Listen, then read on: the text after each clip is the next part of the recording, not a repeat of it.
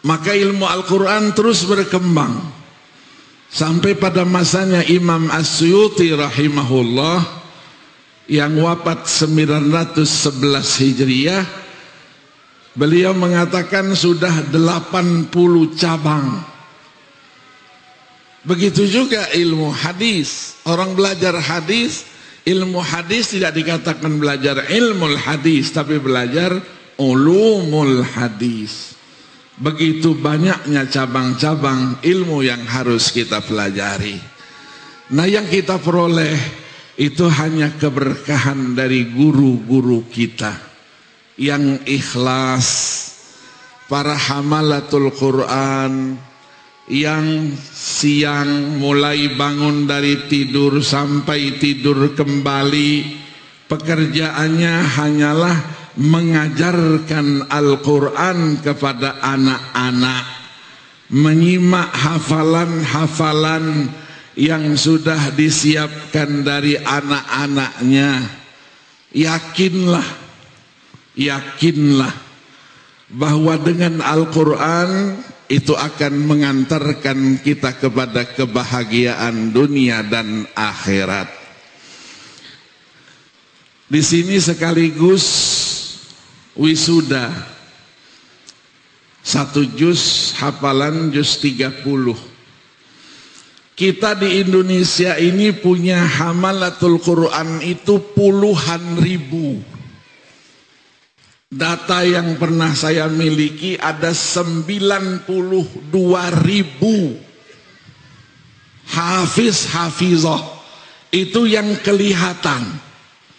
Yang tidak kelihatannya insya Allah jumlahnya berlipat-lipat lagi. Bukan seperti yang disampaikan 2 tahun yang lalu oleh seorang imam Istiqlal. Dikatakan Indonesia hanya bisa mencetak orang yang hafal juz 30, bukan yang bisa hafal 30 juz. Karena beliau baru berkunjung ke Amerika waktu itu. Di Amerika sudah banyak tahfiz Quran itu. Ya, dari orang-orang Afrika yang kemudian mukim dapat warga negara di sana. Begitu juga di negara-negara lain. Maka ketika musabaqah internasional itu kita temukan orang-orang itu tersebar di berbagai negara. Ada dari Kanada, dari Italia, dari mana-mana. Dan bahkan mereka juara-juara dalam musabaqah internasional itu. Tapi asalnya adalah orang-orang Arab. Asalnya adalah orang-orang Afrika, asalnya orang-orang India atau orang-orang Pakistan. Nah, kita akui bahwa kita masih belum peduli pada pondok Al-Quran, juga belum peduli kepada para hamalatul Quran, seperti yang disampaikan oleh Bapak Wakil Gubernur tadi. Tapi kita baru mau memulai. Pemerintah belum bisa berbuat banyak, apalagi pemerintah daerah. Tapi ada gubernur yang berani, ada bupati yang berani. Untuk apa? Menyisihkan anggaran biaya daerahnya itu, APBD-nya itu, untuk memberikan insentif kepada para hamalatul Quran. Di Brebes, bupatinya seorang wanita. Waktu haulnya Kiai Masruri, kita kumpulkan ada sekitar 792 hafiz. 1 kabupaten. Kita buat samaannya 91 majelis. Dari subuh sampai jam 2 khotam semua. Habis asar kita ketemu di masjidnya. Bupatinya saya tanya, berapa bupati yang lalu memberikan insentif kepada para hamalatul Quran yang sehari-harinya ada di masjid, ada di musholla, ada di rumah? Beliau jawab 3,6 miliar. Apa yang dilakukan sekarang? Sekarang alhamdulillah katanya, saya beranikan naik 2 kali. Sekarang sudah 6,8 miliar. Tinggal keberanian saja. Dan jelas duitnya kemana gitu kan. Kalau berani duitnya tidak jelas, nanti dikejar sama KPK lagi. Gubernur Kalimantan Selatan, saya motivasi, saya tanya berapa banyak para hamalatul Quran, hafiz dan hafizah di Kalimantan Selatan ini. Lebih dari 1.000. Apa yang Bapak sudah lakukan? Saya baru mau melakukan, memberikan bantuan kepada mereka. Tahun yang lalu saya menyaksikan sendiri, sudah diseleksi 200 orang per tahun, dan setiap seorang 1 bulan dapat 1,5 juta, 1 tahun 18 juta. 200 orang. Tinggal keberanian saja. Berkah insya Allah. Berbeda dengan Iran. Iran itu setiap tahun mewisuda anak-anak seperti ini 5-7 tahun itu hafal 30 juz. 3.000 orang per tahun. Itu di satu kota saja, di Mashhad. Kadang-kadang adanya di Asfahan. Kalau sudah hafal anak-anaknya, orang tuanya dipanggil, ditanya kerjanya di mana, gajinya berapa. Mulai hari itu tidak usah kerja lagi, gajinya diterima. Jaga hafalan anak-anaknya itu. Begitu hebatnya. Ini negara-negara yang kelihatannya kaya juga enggak. Kita mungkin lebih kaya dari itu. Mereka berani mengadakan musabaqah internasional itu di Iran itu 3 kali, 4 kali bahkan. Terakhir kemarin mahasiswa, antar mahasiswa sedunia. Begitu juga negara-negara kecil, Sudan, Bahrain, Imarat. Itu negara-negara kecil, tapi mereka kaya. Maka kalau musabaqah, hadiahnya besar-besar. Kepedulian dari mana? Dari pemerintah langsung. Semoga tahfizul Quran dan tafsir Al-Quran. Hadiahnya Masya Allah. Waktu itu ada 53 negara. 28 pesertanya tampil tidak ada salahnya sama sekali. Tet 1 juga tidak ada. Menilainya bagaimana?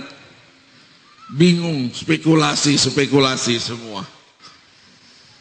Begitu yang jadi juara negara Afrika semuanya. Dari Chad, dari Aljazair, dari Uganda, negara-negara lain, Mesir, Iran, itu di bawah semuanya. Saya lihat itulah musabaqah yang paling berprestasi di dunia. Karena menampilkan peserta yang luar biasa. Negara-negara tertentu, Somalia, Mali, kemudian ada negara pecahan Rusia, Tajikistan, menampilkan pesertanya yang kecil. Umurnya 11-12 tahun. Tidak sekedar hafal saja ayat-ayat Al-Quran, tapi hafal halamannya, hafal nomor ayatnya. Luar biasa, subhanallah. Subhanallah. Ya Allahu Akbar, itulah Al-Quran. Maka Al-Quran itu adalah kitab yang mudah untuk dibaca. Sekarang putra-putra terbaik bangsa kita sudah menciptakan lebih dari 22 metode cepat baca Al-Quran. Maka tidak ada alasan lagi sebagai seorang muslim yang tidak bisa baca Al-Quran. Mudah juga untuk dihafal. Kecil-kecil begini hafal. Karena Al-Quran itu muyassarun, untuk dihafal oleh siapa saja. Kecil, besar, tua, muda. Maka kita tidak sependapat kalau ada yang mengatakan bahwa dunia yang sudah maju begini tidak perlu lagi menghafal Quran itu. Laptop ada, iPad ada, bawa saja iPadnya kemana-mana, mencari ayat, mencari surat. Ini pemikiran-pemikiran yang tidak bisa kita terima. Kenapa? Karena menghafal Al-Quran itu adalah mengikuti jejak langkahnya junjungan Nabi besar Muhammad sallallahu alaihi wasallam. Al-iqtida wa ta'assi bin Nabi. Kita mengikuti beliau, maka dimudahkan semuanya. Berapa lama orang bisa menghafal Quran? Tergantung. Habib Ali bin Tahir Al-Haddad dalam manaqibnya, beliau menghafal Al-Quran hanya 40 hari. 30 juz. Oke lah, masih orang Arab lah gitu kan. Rais Suriah kita dulu, Dr. Nahrawi Abdus Salam almarhum, menghafal Al-Quran hanya 52 hari. Di bawah pancoran emas itu 52 hari. Allah mudahkan semuanya. Maka hamalatul Quran itu adalah makhluk-makhluk langka yang perlu kita jaga, kita hormati, karena Allah sendiri memuliakan mereka.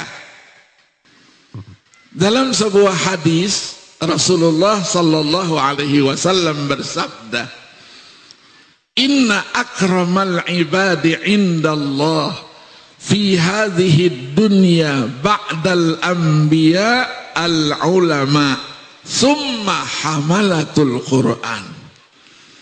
Sesungguhnya hamba Allah yang paling mulia di muka bumi ini setelah para nabi adalah ulama. Setelah para ulama, para hamalatul Quran. Apa keistimewaannya? Yang pertama, yakhrujuna minad dunya kama yakhrujul anbiya. Dijamin husnul khatimah. Mereka keluar dari dunia seperti keluarnya para nabi-nabi.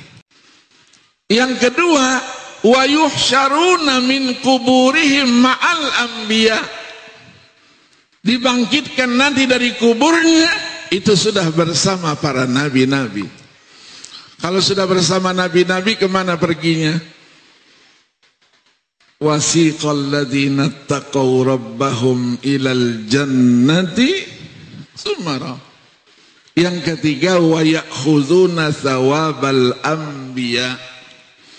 Mereka mendapatkan pahalanya para nabi-nabi.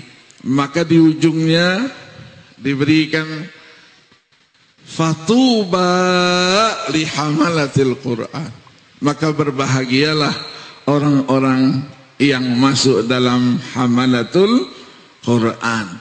Nah, pondok pesantren ini ingin mempersiapkan para hufaz, hafiz, hafizah dari sejak dini, ma'had untuk anak-anak dan sekaligus sekolah dasar. Kalau di Saudi Arabia, madrasahnya memang madrasah tahfizil Quran. Jadi dibagi, dibuat kurikulumnya, kelas 1 juz berapa, kelas 2, kelas 3 sampai dengan kelas 6 paling tidak sudah 6 juz itu hafalannya. Kalau programnya begitu. Tapi kalau tidak, selesai SD itu sudah hafal Quran 30 juz. Tapi kalau tidak, dipecah-pecah dia. SMP-nya nanti berapa lagi, SMA-nya berapa lagi, mundur dia dari 30 ke atas, bukan dari juz 1 ke bawah. Begitulah. Maka di Madrasah Darul Ulum, Syekh Yasin Fadang dulu, saya kebetulan ngajar di SMA-nya, itu mulai hafalannya dari juz 25 sampai juz 30. Diuji, ujiannya 2 kali, ujian hafalan, ujian tulisan. Nah ini kalau dimasukkan ke dalam kurikulum, maka kita di Indonesia mencoba. Orang yang hafal Quran kalau dia mau kuliah, bebaskan uang kuliahnya. Bebaskan mereka dari uang kuliah. Pasti berkah, dari mana saja uangnya kita carikan. Nah sekarang sudah diikuti oleh perguruan tinggi umum, Departemen Pendidikan dan Kebudayaan. Mereka punya lebih dari 5.000 perguruan tinggi di seluruh Indonesia. Karena ada musabakohnya setiap 2 tahun sekali antar perguruan tinggi, maka inputnya juga dicari orang-orang yang hafal Quran. Daftar, dia ada syahadah hafal Quran, langsung dibebaskan uang SPP-nya. Dibebaskan semua yang ada kaitan dengan keuangan. Ini adalah penghormatan. Memang untuk mencari dananya, ya dikatakan sulit. Sulit dikatakan tidak sulit, tidak sulit. Kita ingin mencari mutabarri'in yang betul-betul peduli dengan Al-Quran, yang betul-betul peduli dengan ilmu agama, ini bukan sesuatu yang mudah. Saya di Dubai bertemu dengan seseorang. Dia punya yayasan, Muassasah Masjid Jum'ah namanya. Setahun yang lalu, ketika saya tampil di televisi, dia lihat, dia cari di mana kita berada. Dilacaknya ketemu di hotel. Dia bilang, kamu jadi tamu saya nanti hari ini, kena puasa. Ketemu saya, diajak dulu sama pembantu-pembantunya, dia punya beberapa gedung. Di samping kepeduliannya kepada para hafizul Quran, dia juga adalah orang yang cinta ilmu pengetahuan. Beberapa gedung itu isinya buku semua. Buku yang dicetak dan buku yang masih manuskrip, film, mikrofilm. Saya diperkenalkan, di situ terkumpul separuh dari mikrofilm yang ada di dunia. 350.000 mikrofilm. Diajak ke situ, sudah keliling semuanya, baru bertemu dengan orang yang punya itu. Orang yang punyanya datang, Masya Allah, orangnya tidak gemuk, kurus, kecil, bersih. Dia ceritakan, anak Masjid Jum'ah, kata saya yang namanya Masjid Jum'ah itu. Dia ceritakan, tidak 1 rupiah pun dibantu oleh pemerintah. Tapi bahkan dia yang peduli untuk memberikan hadiah-hadiah kalau ada musabaqah internasional di sana itu. Karena di Dubai itu musabaqahnya sudah yang ke-18 sekarang. Itu hadiahnya terbesar di dunia. Nomor 1-nya 1 miliar. Nomor 10-nya saja 700 juta rupiah. Tapi alhamdulillah kita belum pernah berhasil. Kita nomor berapa? Nomor 34, nomor 28. Karena persaingannya luar biasa. Tapi kalau di Saudi sering kita menang. Nah kemarin ada musabaqah yang paling besar lagi hadiahnya di Qatar. Di Doha. Musabaqah antar juara. Yang pernah juara dimusabaqahkan lagi. Hadiahnya 2,7 miliar. Nah yang di Dubai itu kalau lulus saja dari testing yang pertama masuk gelombang kedua langsung dikasih amplop. Anak-anak kita rata-rata lulus dari yang pertama itu.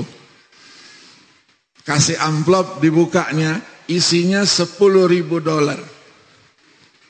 Untuk memotivasi. Namanya Muhammad Mukhtar Zulhilmi, 12 tahun, belum pernah juara nasional, tapi dicoba untuk dikirim ke sana. Tampil alhamdulillah, tidak ada salahnya. Karena di sana satu pertanyaan itu 1 lembar, kadang-kadang 1 lembar setengah. Begitu lulus yang kedua, dikasih amplop, dibukanya $10.000. Bingung, ini duit apa ini Ustaz? Ini duit hadiah kamu. Kamu lolos dari satu, dari kedua. Kedua lolos juga dia. Tapi tidak masuk dia 10 besar. Nah ini kebanggaan-kebanggaan kita. Apalagi daerah-daerah bekas kekuasaan Rusia itu. Ada Tajikistan, ada Turkistan, ada Uzbekistan. Di sana anak-anak yang begini juga umur 6 sampai 8 tahun dibina untuk tahfizul Quran. Nanti sudah 8 tahun ke 10 tahun itu dididik lagi menghafal halamannya, nomor ayatnya, suratnya, makkiyah, madaniyah dan seterusnya. Maka di Iran pernah tampil mungkin 2 bersaudara. Satu umurnya 5 tahun, satu umurnya 7 tahun. Toba-tobai juga, dari keluarganya Toba-tobai itu. Hafalnya luar biasa. Dan bisa menafsirkan Al-Quran itu 3 bahasa. Bahasa Arab, bahasa Inggris, bahasa Persia. Saya pernah ke sana disuruh nguji itu. Kita uji dikasih surah Saba.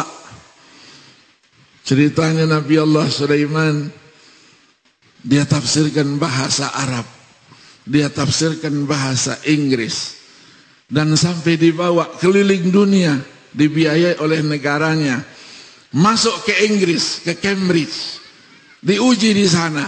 Dikasih gelar doktor honoris causa terkecil di dunia. 5 tahun dikasih gelar doktor. Itulah Al-Quran.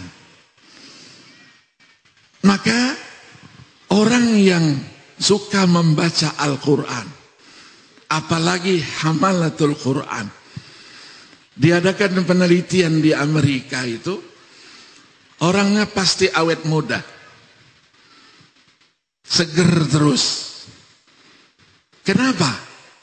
Diteliti sel-sel yang ada di tubuh ini ketika membaca Al-Quran terjadi pembaharuan, baru terus dia.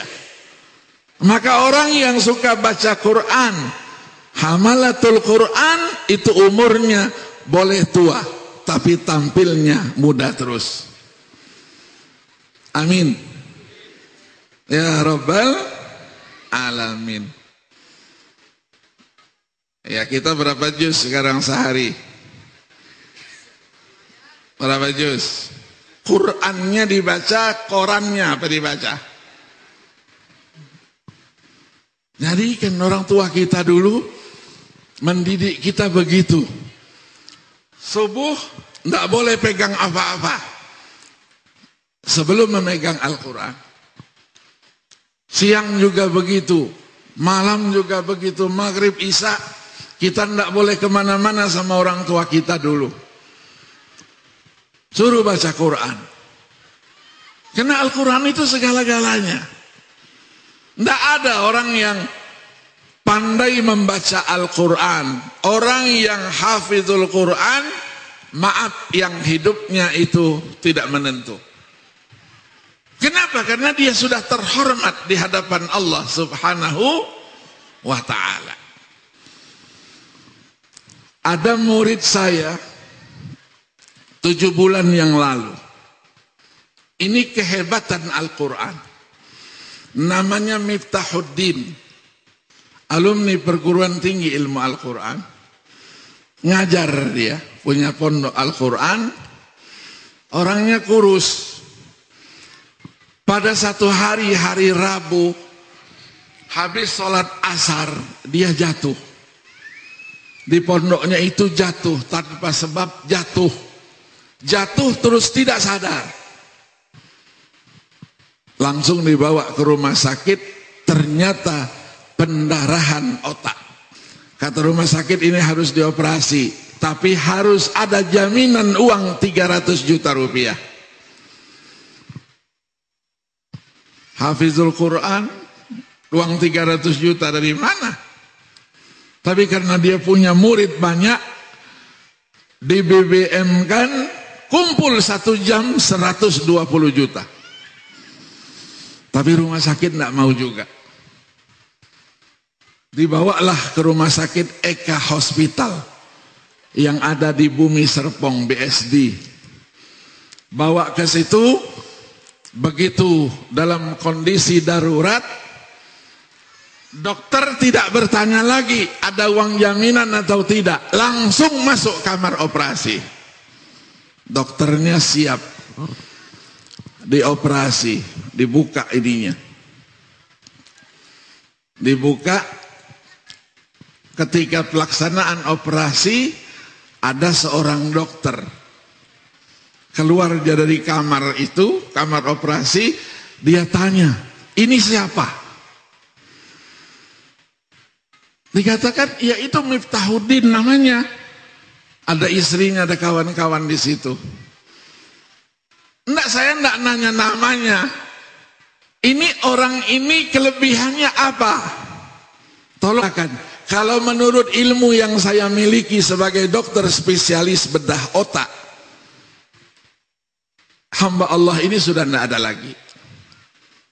Tapi itulah katanya, dari seluruh pembuluh darah yang ada di otak, semuanya sudah tertutup, satu pembuluh darah yang masih terbuka.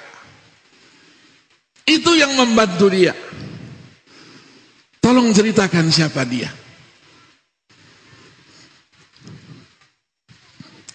Dikasih tahu beliau adalah seorang hafalatul Quran. Dia masuk lagi ke dalam. Dia bilang insya Allah selamat. Al-Quran yang menyelamatkan dia.